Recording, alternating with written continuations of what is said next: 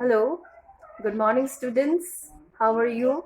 I hope you will all find and carry on your study. Today, I would like to discuss another new topic, that is displacement reaction. And for better understanding of this type of reaction, I would like to explain you an activity. Great. Okay, students, here look at this activity. I would first explain you the experimental setup of this activity. You will take copper sulfate solution, aqueous copper sulfate solution. You will dissolve some amount, few grams, about 2 grams of copper sulfate in a test tube and add water, that is make aqueous solution. And by using thread you will bind you can bind one fresh iron nail, that is new one, not the rusted one, new one. You can bind two or either one iron nail and hang at the test tube stain. Then this reaction is a slow reaction. It will take about 40 minutes, and after 40 minutes you will see some changes in the activity itself. You see the color of the solution, copper sulfate solution, that is blue color. After 40 minutes you will find the color of the copper sulfate solution, blue color disappeared and changes to a new color, that is light green color. And not only the light green color changes, you will again take out the iron nails from the solution and then keep on a paper. Look here you are comparing a fresh iron nail, a new iron nail, not the iron nail putting inside the solution. You will compare the two color of the iron nails. This one is the iron nail taken out from the solution, and this is the fresh iron nail not putting inside the solution. You will see the color of the iron nail changes, some brownish, reddish brown color. Powder like substance is coating at the surface of the iron nail. And the solution, the two solution also, here the color is somewhat faded.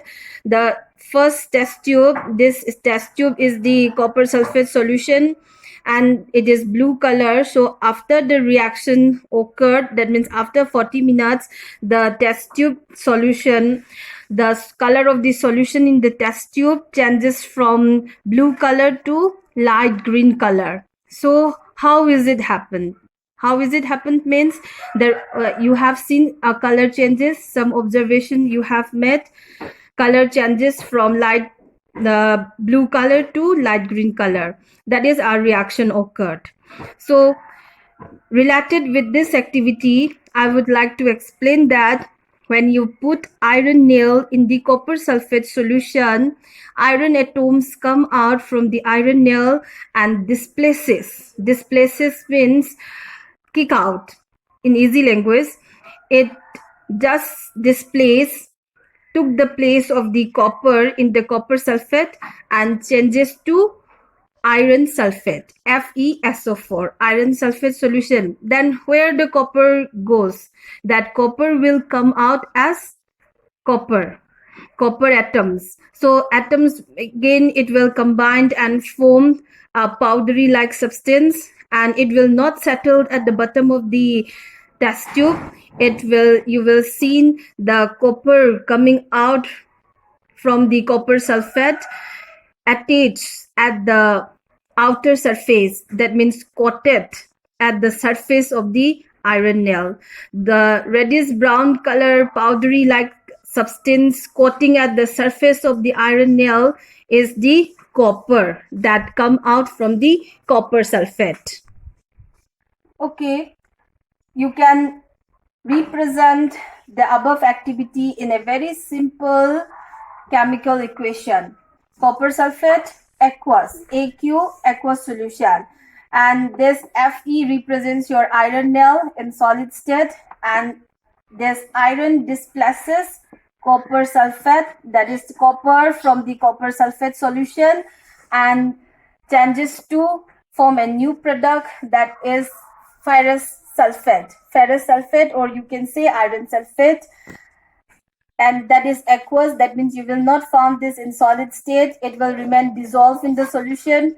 And copper solid here, that means you obtain copper in solid form. So copper will be in reddish brown color, and the blue color of copper sulfate solution will changes to light green color. This is a very important point to be noted, because very oftenly this question come in exam, that what happens to the color or what happens to the solution. So you will explain all this. The blue color of the copper sulfate solution changes to light green color. Here you can take another one more example, that is zinc sulfate. Zinc sulfate is a colorless solution. Zinc sulfate, you can dissolve zinc sulfate in water and make aqueous solution. So zinc sulfate, when you dissolve in water zinc sulfate solution, and if you put in zinc sulfate solution, if you put magnesium, then magnesium, it will changes to magnesium sulfate. And then zinc will come out. Here I pick up example where color is not changes, because this is also a colorless solution, and your magnesium sulfate is also a colorless solution. So in this type of reaction, you may not able to identify that reaction occurred or not, because both are colorless solution. But you can see that the magnesium piece you put, it will dissolve. That means magnesium use up, that means reaction occurred. And then another very important question is that, can any element or any metal can displace anyone? For your understanding, I can take a opposite example. Say in ferrous sulfate solution, if you put a piece of copper, will the reaction happen? So if you put a piece of copper in ferrous sulfate solution, then how long you will keep? You may keep for 2 hours, 3 hours, 1 day or 2 days. The reaction will not happen at room temperature. At room temperature means if you give certain conditions, if you boil or if you heat, reaction may occur. But at room temperature, when you just put copper in the ferrous sulfate solution, then at room temperature it will not occur reaction. Then why is it so? Iron can displace copper from copper sulfate solution, but copper cannot displace iron from iron sulfate solution or ferrous sulfate solution. So here comes a very great question, that is, for the displacement type of reaction, you can identify the displacement type of reaction as a more reactive metal. A more reactive metal can displace a less reactive metal from its salt solution. So here in this example, iron is more reactive as compared to copper, and that's why iron can displace copper from copper sulfate solution. And magnesium is also more reactive than zinc, and that's why magnesium can displace zinc from zinc sulfate solution. But here copper is less reactive. As compared to iron, and copper cannot displace iron from ferrous sulfate solution, and that's why reaction not occur, no reaction. So to make you understand, students, look here is the activity series of the elements, mostly the metals. From this activity series, you can easily note that which elements are more reactive than which one? So the topmost elements are more reactive than the lower elements. So this is our activity series in the decreasing order. First you will find potassium, sodium, then calcium, magnesium, aluminium, zinc, iron, lead, hydrogen. Hydrogen is not a metal, but it includes here.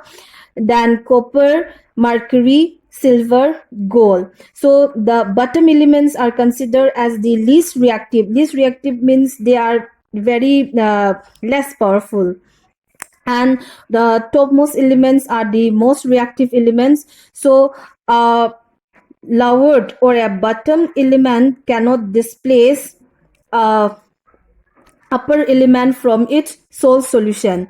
So in exams you will be given so many tricky questions, and to able to identify that this reaction will occur displacement type or not, you have to first by heart this activity series. So this will be your task, that you by heart this activity series. Students, look here. You can easily understand a displacement reaction, or how to write a displacement reaction easily. This is a general representation. You may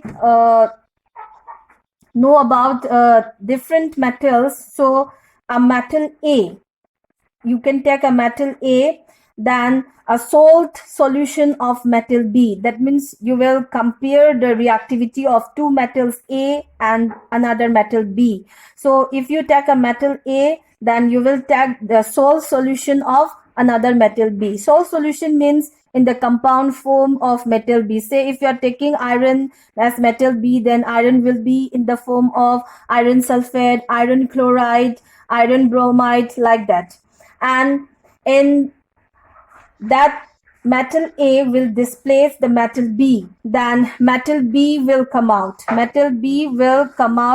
and then metal A will goes as compound again. So salt solution of metal A. So very easy example like this you can shortly represent a displacement reaction. Then this condition will fulfilled only when you take this case, that is your metal A is more reactive than metal B. So these are the important points to be noted about displacement. Students, look here. This is just a general representation of a displacement reaction.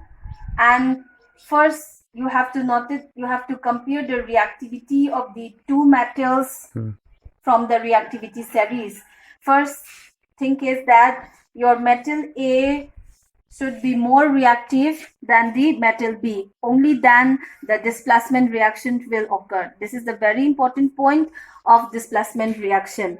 That is, a more reactive metal, that is a higher position metal in the reactivity series, can displace a less reactive metal, that is